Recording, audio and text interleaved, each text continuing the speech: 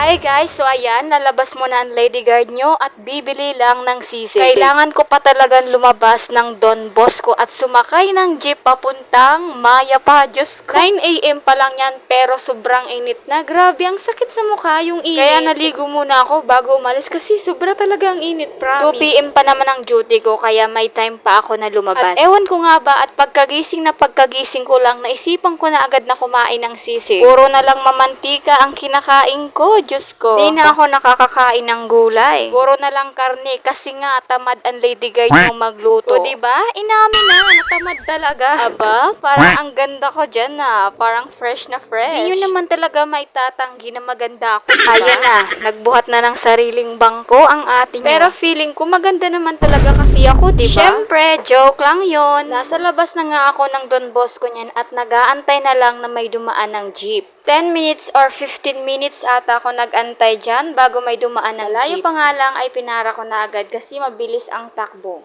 Nung nakasakay na nga ako ay inabot ko na agad ang bayad ko kay kuya. Ilang beses na kasi sa akin nangyari na bumaba na ako na hindi pa pala bumabayad. 21 years old pa lang ako pero napakakalimutin ko na. 4 na buwan pa nga lang ako dito sa Laguna pero parang sanay na sanay na ako. Bago kasi ako dito inilipat sa Laguna, galing na akong FEU Makati. Sobrang init nga dito lalong-lalo na sa posting lagi ko. Kasi akong nabibilad sa araw kaya nga lalo akong kahit nasa loob lang ako ng building, ganun pa din. Ang layo talaga sa dating posting ko. Malapit na nga pala ako sa pupuntahan ko. At talaga namang gutom na ako. Nung makababa na nga ako ay muntikan pa akong madapa. O diba, mag-aalmusal lang kasi yan. Pero kailangan pang sumakay ng jeep. Grabe naman kasing tiyan na to. Bigla na lang nag-cravings ng sisig. 15 pesos lang naman ang pamasahe kaya ayos lang sa akin kahit sumakay ako ng jeep makapag-almusal lang.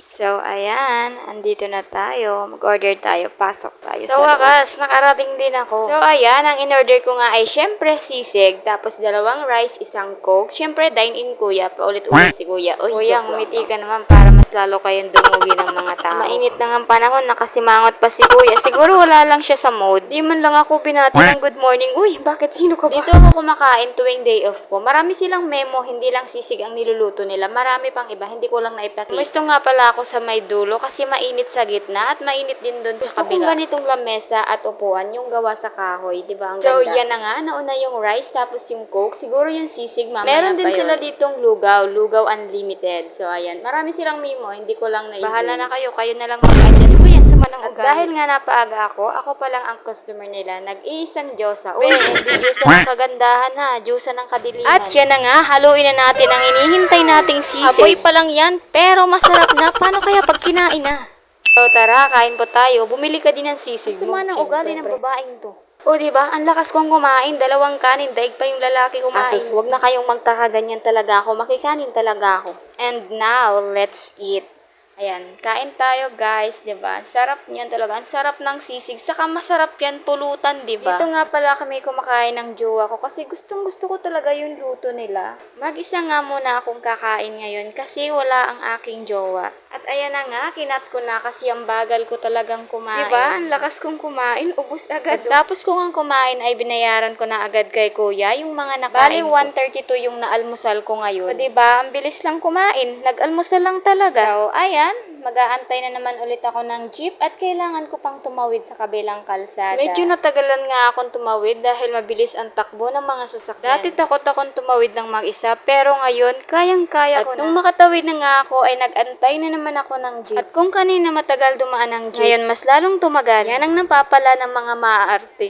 Tamad na ngang magluto, maarte pa sa ulam. Kaya siguro hiniwalayan ako ng ex ko kasi puro nga ako reklamo. Lalo na kapag pinagluluto niya ako, di ko talaga gusto. Baka isipin nyo, maarte ako. Di kayo nagkakamali, maarte talaga ako, lalong-lalo na sa ulam. Hindi ko naman kasi kasalanan kung naging maarte ako sa ulam. Sadyang ganun talaga siguro ako. Kaya huwag nyo akong i-judge agad. At ayan na nga, nakasakay na ako ng jeep at pabalik na ako sa Kanlubang. Fast forward na natin kasi medyo mahaba-haba tong mga te. Bali, 15 pesos ulit yung bayad natin sa pamasahe, pabalik na Kanlubang. O diba? Parang tumatalo ng camera. Alam nyo ba nung una ko pa lang dito sa Laguna? Sobrang kawawa ko talaga, as in kawawang kawawa talaga. Alam kong kanina nyo pa napapansin yung butas ng ilong ko. Huwag kayong mag-focus dyan. Kahit ako Pero naiirita kahit dyan. ganyan yan, mahal na mahal ko yan. Malamang, ilong ko yan. Nasa may tapat na nga ako ng Don Bosco at yan ang main gate, yung dilaw. Nasa may tapat nga lang pala to ng Aimon. Malapit din dito ang Jollibee, Mang Inasal, Chowking, etc. At pagpasok ko nga sa loob ng Don Bosco ay siya na agad ang naabutan ko, ang nakakainis. Nagalit nga siya sa akin dahil hindi ko nabili yung pinapabili niya sa akin na sito. At sadya namang talagang kinalimutan Ayan, ko. yan yung loob ng Don Bosco, di ba? Malawak siya. Tapos may simbahan nga pala Kinder yan. to college nga pala ang mga estudyante At in dito. fairness, ang babait nila. So, ayan, puntahan natin yung isang guard sa gate 1. Guluhin natin, isturbuhin Ganito ang natin. ginagawa ko pag day off ko, palabas-labas lang. Nangungulit sa mga ka-5'9". Kaya na si Buddy. Ganyan din ang ginagawa ko kapag